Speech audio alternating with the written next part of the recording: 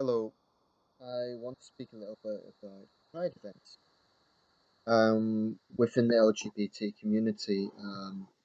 And just as a disclaimer, I refuse to add to that. I'm not going to say LGBTQRVNOWXVNR plus because I think that's getting to the point of being pedantic and ridiculous. So LGBT, I'm happy at, at saying that. Within the LGBT community, Pride events have, for quite a long time now, been seen as very representative of sort of just being who you are. Now, I think the principle behind Pride events is a good thing, broadly speaking. It's about encouraging people to just be who they are. And when we consider that young people often take their lives over homophobic bullying, this, in principle, is something to be welcomed.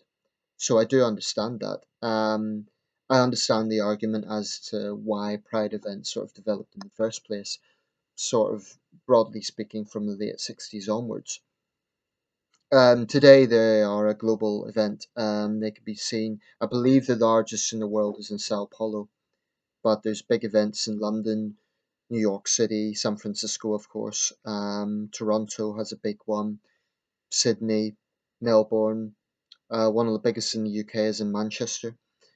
Um, So it is. It can be seen all over the Western world. There are occasionally clashes at Pride events in Kiev, in Ukraine, I should say. In Istanbul, there has been clashes with the police. I.e., more conservative societies, it's not so easy. And usually, when those sort of clashes happen, that's where advocates say this is why Pride events are needed. However, I do have some contentions with Pride, and I'm going to try and explain that in this video. As a heterosexual man, I'm just rubbing my eyes because I've been awake for a while. Been awake all night actually. Yeah, as a heterosexual man, I will always condemn homophobic bullying. Okay, so I will always condemn people who give someone a hard time solely for their sexual orientation. It's wrong. No one should have to go through that, and people should have a right to love whoever they love. Um, Obviously outside paedophilia. But the issue I take with Pride is I think there's a certain degree of hypocrisy in the message. I mean, if it's just about tolerance, why is it necessary for so much of Pride to be focused on sexual innuendo? I mean, I just don't see what some guy walking down a street wearing virtually no clothes with maybe a leather um, belt or whatever, looking like Borat, does for gay rights. I just don't get why there is such a focus on the sexual aspect of it. And put it this way, if you had one of the main things is, oh, well, there's no straight pride event because straight people already have everything their own way. Um, on one hand, that's true because obviously largely a straight world. Most people are heterosexual. But it's not entirely true that straight people can just do whatever they want. If you have a straight couple and they go through a shopping centre for the sake of argument, or through a public street wearing almost no clothes, there's a chance that they would be arrested for public indecency. And I'm not talking about conservative religious societies, I'm talking about almost everywhere. I mean, certainly in the UK, we have rules about that. Um, Yet, there's sort of this idea it's perfectly okay in a pride event. But surely, tolerance begins by treating people as equal. So to me, and I know, by the way, there are gay people who have a problem with this.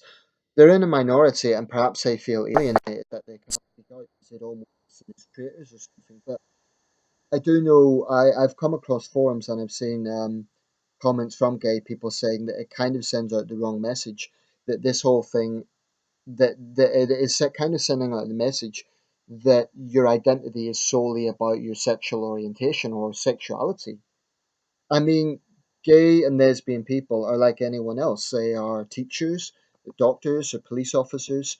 Um, but the thing about pride events is supposedly about just be yourself. Okay, that's a good principle, but why then is there so much focus on sexuality? That's a bit I don't get. Um, and to be honest, I just don't see how that helps gay rights.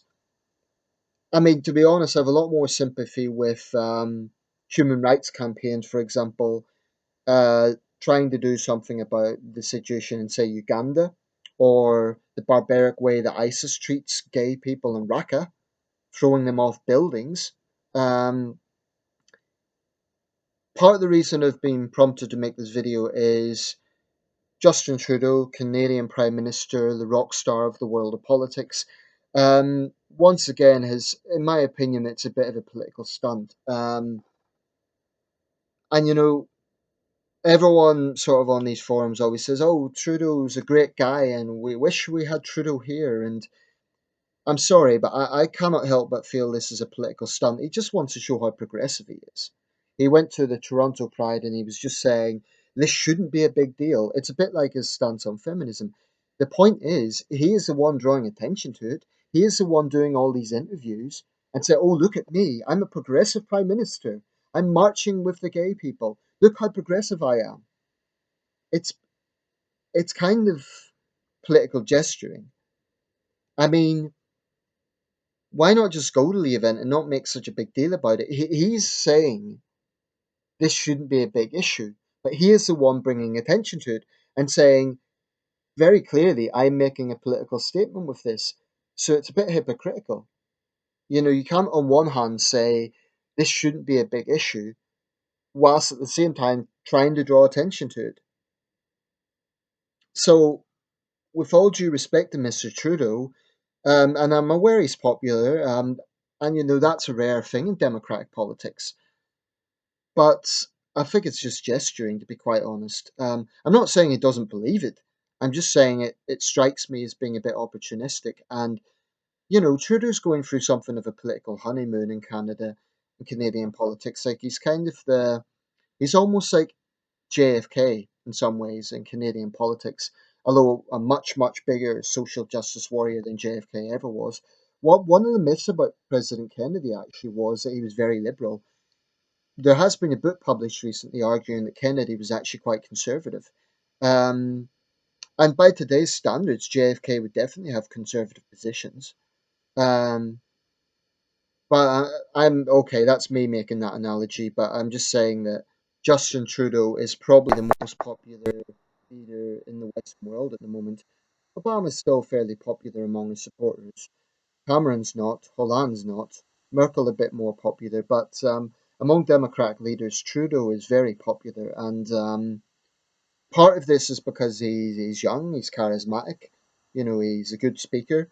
Um, he, so you can understand where he gets that from, but I definitely think there is an aspect of smugness about the way Mr. Trudeau goes about things, and he kind of there's a slightly holier than thou attitude about the way he goes about things, which I find a bit irritating, um, because he constantly does this. It's the same with feminism. He's like, "I'm a proud male feminist. That shouldn't be a big issue."